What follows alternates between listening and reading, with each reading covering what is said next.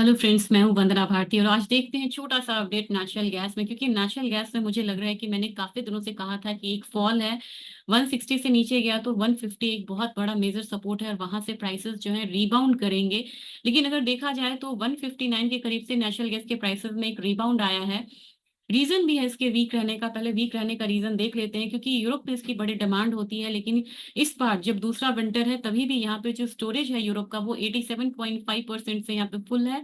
और इस बार भी उम्मीद है कि वो रशियन सप्लाई के बिना ही यहाँ पे अपना जो विंटर सीजन है वो आराम से यहाँ पे जो कंजम्पशन उसको फुलफिल कर सकते हैं। दूसरी चीज ये है कि सप्लाई साइड अभी भी बहुत ज्यादा है और यूएस की इन्वेंट्री जो है वहां पे वो भी काफी स्मूथ यहाँ पे है। हालांकि एक्सपोर्ट जो है वो थोड़ा सा इम्प्रूव हुआ है।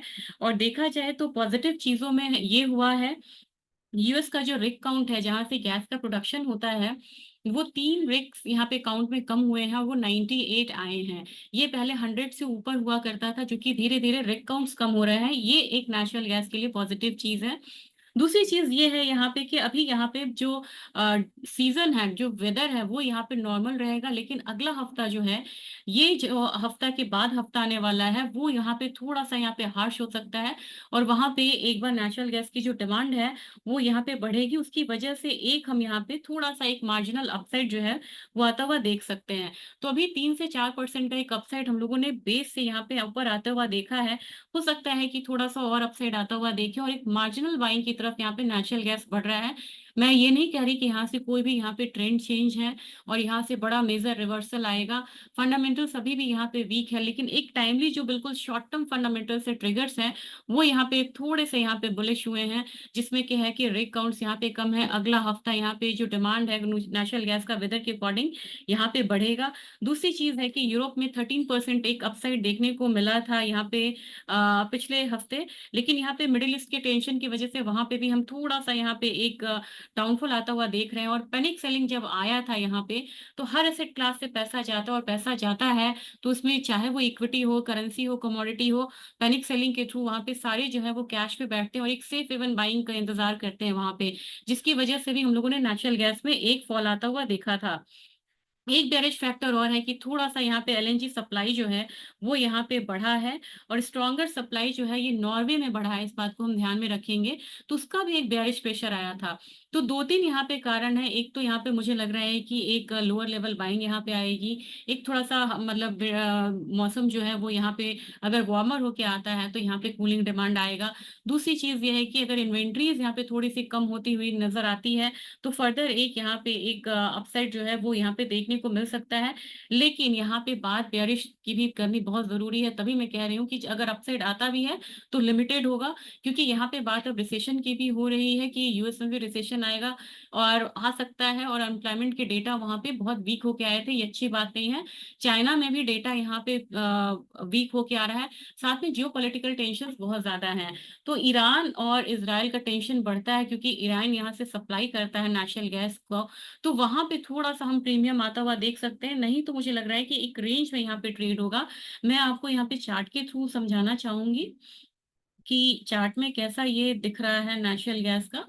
तो नेचुरल गैस से पहले लेके चलते हैं, ये हमारा यूरोप का है। और इसको ध्यान में रखिएगा, इसे डच टीटीएफ नेचुरल गैस कहते हैं। इसे देख के आप कंफ्यूज हो जाएंगे, क्योंकि ये बिल्कुल ऊपर की तरफ ही यहाँ पे ट्रेड हो रहा है और इसकी अपनी अलग चाल होती है। और टीटीएफ में ही एक बहुत बड़ी बाइंग आई थी, जिसकी वजह से हम लोगों ने एक अपसाइड आता हुआ देखा था जब नेचुरल गैस 800 गया था। तो यहाँ पे आप देख रहे हैं प्राइसेस जो है ऊपर की तरफ और एक ब्रेकआउट के लिए तैयार है। अगर मैं इसे वीकली कर दूं यहाँ पे तो वीकली में ये कुछ इस तरीके का दिख रहा है। तो एक ब्रेकआउट के लिए यहाँ पे भी एक तैयारी है। और इसके अगर टेक्निकल सिग्नल्स को देखेंगे तो यहाँ पे एक स्ट्रॉन्ग बाय दिखा रहा है। इसमें बहुत ज्यादा रिलाई ना करते हुए हम चलते हैं अब यहाँ पे नेचुरल गैस नाइमेक्स को यहाँ पे लेते हैं, क्योंकि हम फॉलो करते हैं नाइमेक्स। तो हम नाइमेक्स को ही यहाँ पे देखेंगे और उसको ध्यान में देखेंगे। तो ये हम अगर यहाँ पे करें डेली चार्ट, डेली चार्ट में आप यहाँ पे देख रहे हैं ये जो एक बेस बना है करीब करीब $1.86 का, यहाँ पे से रिस्पेक्ट दिया है। इस बार भी, पहले भी यहाँ पे आके ये कमोडिटी बाउंस लिया था। अभी भी एक बार रिसेंटली आप देख रहे हैं स्कैंडल पे $1.86 के करीब इसने फिर से एक बाउंस लिया है। मैं बार बार ये नहीं कह रही कि बहुत बड़ी तेजी है, लेकिन एक बार मुझे लग रहा है कि $2.12 तक प्राइसेस ऊपर की तरफ फिट होगा। दूसरा जो हमारा टारगेट रहेगा वो $2.25 की तरह रहेगा। फिर से मैं यहाँ पे आपको, अगर ये आप पोजिशनल कॉल लेते हैं तो मैं आपको बताती हूँ, अगर आप $2 पे भी बाइंग करते हैं तो आपका जो पहला टारगेट होगा वो $2.12 होगा और दूसरा टारगेट $2.25 होगा। इससे ज्यादा का अगर मुझे लगा बढ़त है तो मैं फिर से अपडेट दूंगी, उसके अकॉर्डिंग ही ट्रेड करें। और इसके लिए जो स्टॉप लॉस आप लगाएंगे करीब करीब आपका $1.93 होगा।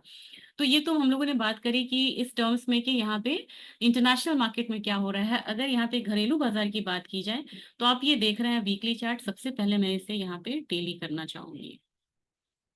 डेली हो गया मेरे ख्याल से।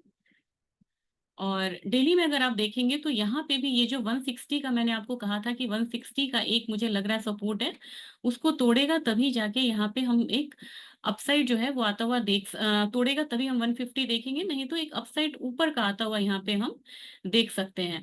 तो मेरे ख्याल से यहाँ पे मुझे लग रहा है कि एक अपसाइड इसने यहाँ पे बाउंस लेने की कोशिश करी है और इसको ये यहाँ पे एक सपोर्ट देगा, यहाँ पे 160 को मान के चलेगा।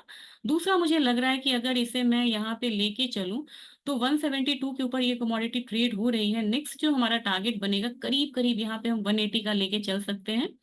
फिर से अगर 180 का टारगेट यहाँ पे हम लेके चलें तो मेरे ख्याल से यहाँ पे करंट मार्केट प्राइस से भी अगर आप यहाँ पे बाय करते हैं तो हमारा जो टारगेट है वो करीब करीब यहाँ पे बनेगा 180 का।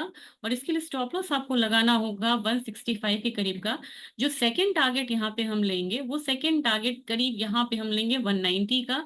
190 मैंने मॉडरेट टारगेट दिया है, अगर इससे ज्यादा मैं टारगेट देना चाहूंगी तो मुझे लग रहा है कि करीब करीब यहाँ पे अगर हम हॉरिजॉन्टल लाइन ही लेते हैं तो यहाँ पे आप 200 के करीब का टारगेट या 204 के करीब का टारगेट, हम इसे 200 लेके चलते हैं, करीब करीब आप 199.4 का टारगेट लेके चल सकते हैं। तो मेरे ख्याल से इतने के लिए एक मॉडरेट बाइंग आएगी। लेकिन एक चीज आपसे मैं यहाँ पे एक्सपेक्ट कर रही हूँ कि आप इस बात का ध्यान रखिएगा, मेजर जो ट्रेंड चेंज जो होगा वो $20 20 का 180 से ऊपर की क्लोजिंग होती है तभी आप इसे मानिए कि मेजर एक जो यहाँ पे ₹20 ₹25 का अपसाइड है वो आएगा। अगर यहाँ से मार्केट रिवर्सल लेती है तो फिर से हम एक बार 160 का लेवल आता हुआ देखेंगे। तो जरूर ध्यान रखिएगा, बिल्कुल इस बात पे मत जाइएगा कि यहाँ से 200 का लेवल आएगा।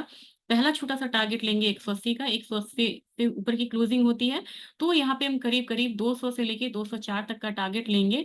और बिल्कुल स्टेप वाइज इसमें चलना है, बहुत बड़ा टारगेट लेके चलेंगे तो यहाँ पे हम ट्रैप हो सकते हैं, क्योंकि उसके बाद ही यहाँ पे हम जाके नेक्स्ट लेवल हम 208 का टारगेट लेंगे।